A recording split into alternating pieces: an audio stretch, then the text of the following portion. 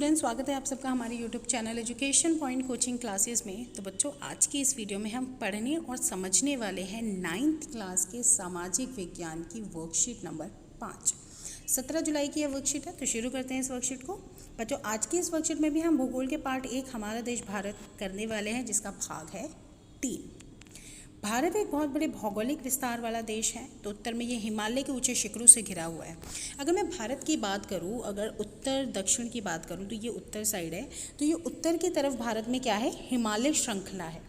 हिमालय को 3 मुख्य समानांतर, ऐसी हमारी रेखाएं जा रही हैं हिमालय की, 3 समानांतर श्रृंखलाओं में बांटा जाता है। उत्तर में स्थित श्रृंखलाओं को वृहद हिमालय या हिमाद्री कहा जाता है, जो सबसे उत्तर में है, पहली वाली श्रृंखला। जो विश्व के सबसे ऊंचे शिखर होते हैं वो इसी में पाए जाते हैं। मध्य हिमालय या हिमाचल दूसरी होती है। हिमाद्री के जो दक्षिण में स्थित है पहली, ये हो गई दूसरी। और बहुत से लोकप्रिय पहाड़ी स्थान यहाँ पर हैं। तो वही शिवालिक सबसे दक्षिण में पाई जाती है, तीसरी है शिवालिक।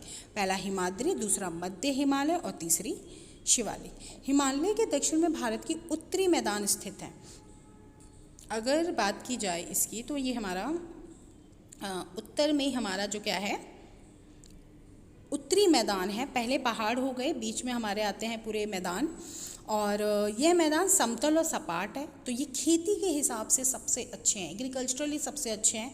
लेकिन इसका जो पश्चिम भाग है, जो राजस्थान वाला भाग है मैप में, वो आप देखेंगे कि यहाँ पे सबसे ज़्यादा मरुस्थल पाए जाते हैं, जो शुष्क और गर्म और रेतीली जो भूमि है वो पाई जाती है। उत्तरी मैदानों के दक्षिण में प्रायद्वीपीय पठार है। अगर उत्तरी मैदान के और दक्षिण में जाया जाए, नीचे की तरफ जाया जाए, तो यहाँ पे एक प्रायद्वीपीय पठार है। प्रायद्वीपीय पठार की अगर बात की जाए तो ये खनिज के तौर पे बहुत ज़्यादा इम्पॉर्टेंट होते हैं। इनकी आकृति त्रिभुजाकार है, जिनका धरातल काफ़ी ऊंचा नीचा होता है, बहुत ऊबड़ खाबड़ होता है। और इस क्षेत्र में बहुत सी पहाड़ी श्रृंखलाएं और घाटियाँ भी होती हैं। पहाड़ होते हैं, घाटियाँ होती हैं, बहुत अच्छा मतलब खनिजों के हिसाब से इसकी स्थिति होती है। इसके उत्तर पश्चिम में अरावली श्रृंखला स्थित है। उत्तर पश्चिम, अगर अगेन मैं मैप अगर ड्रॉ करूँ, तो उत्तर ये रहा और पश्चिम ये रहा, मतलब इस तरफ अगर ये देखिए, ये अगर इंडिया का मैप है, तो ये हमारा प्रायद्वीपीय पठार है, तो इसके इस तरफ उत्तर पश्चिम ये वाला हिस्सा होगा। तो उत्तर पश्चिम में क्या है, यहाँ पे अरावली श्रृंखला है, जो विश्व की सबसे पुरानी श्रृंखला है। तो वही विंध्य एवं सतपुड़ा भी महत्वपूर्ण श्रृंखलाएं हैं जो इसी के अंदर आती हैं, जिसमें से नर्मदा और तापी नदी बहती हैं। ये 2 नदियां हैं जिसको प्रायद्वीपीय नदियां भी कहा जाता है। ये पश्चिम की तरफ बहने वाली नदियां हैं जो अरब सागर में जाकर गिरती हैं। तो यहाँ से निकलती हैं और इसका एंड कहाँ पे होता है, अरब सागर की तरफ ये जाती हैं। इस पठार के पश्चिम में पश्चिम घाट और सह्याद्री तथा पूर्व में पूर्वी स्थित है। तो ये घाट भी 2 प्रकार के भागों में विभाजित किया जाता है। एक तरफ आता है, प्रायद्वीपीय पठार को भी 2 भागों में बांटा जाता है। एक तरफ जो पश्चिमी घाट है उसको सह्याद्री कहा जाता है, और पूर्वी घाट को पूर्वी घाट ही बोला जाता है। पश्चिमी घाट का विस्तार एक समान रूप में है, जबकि पूर्वी घाट बीच बीच में टूटा हुआ है। पश्चिम घाट के पश्चिम में तथा पूर्वी घाट के पूर्व में तटीय मैदान स्थित है। दोनों ही तरफ क्या है, तटीय मैदान है, बीच में ये हमारा प्रायद्वीपीय पठार है। भारत के 2 द्वीप समूह भी हैं, ये भी हम सब जानते हैं। लक्षद्वीप समूह अरब सागर में स्थित है और ये केरल के तट के कुछ स्थिति पर है, और ये प्रवाल द्वीप है, यानी कि ये प्रवालों से बना हुआ है। तो वही अंडमान और निकोबार द्वीप समूह भारत के दक्षिण पूर्व यानी कि बंगाल की खाड़ी में स्थित है। तो इसी के साथ अब छोटे छोटे हम प्रश्नों के उत्तर जान लेते हैं। सबसे पहला, हिमालय की सबसे उत्तरी श्रृंखला का नाम क्या है? देखिए, वर्कशीट में ही आंसर है, कहीं जाने की ज़रूरत नहीं है। सबसे उत्तरी श्रृंखला कौन सी है हमारी?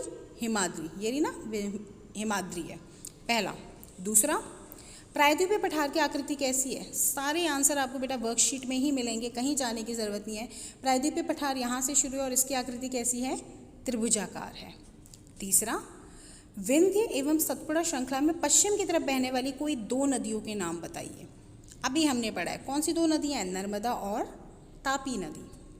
चौथा, लक्षद्वीप समूह को प्रवाल द्वीप क्यों कहा जाता है? कुछ नहीं करना है, क्योंकि भाई प्रवालों से बना हुआ है, इसलिए इसको प्रवाल द्वीप कहा जाता है। पांचवा, पश्चिमी घाट को और किस नाम से जाना जाता है? पश्चिमी घाट अभी हमने पढ़ा, इसको सह्याद्री नाम से भी जाना जाता है। और छठा, भारत के पश्चिमी भाग में शुष्क और गर्म एवं रेतीले स्थान का नाम क्या है?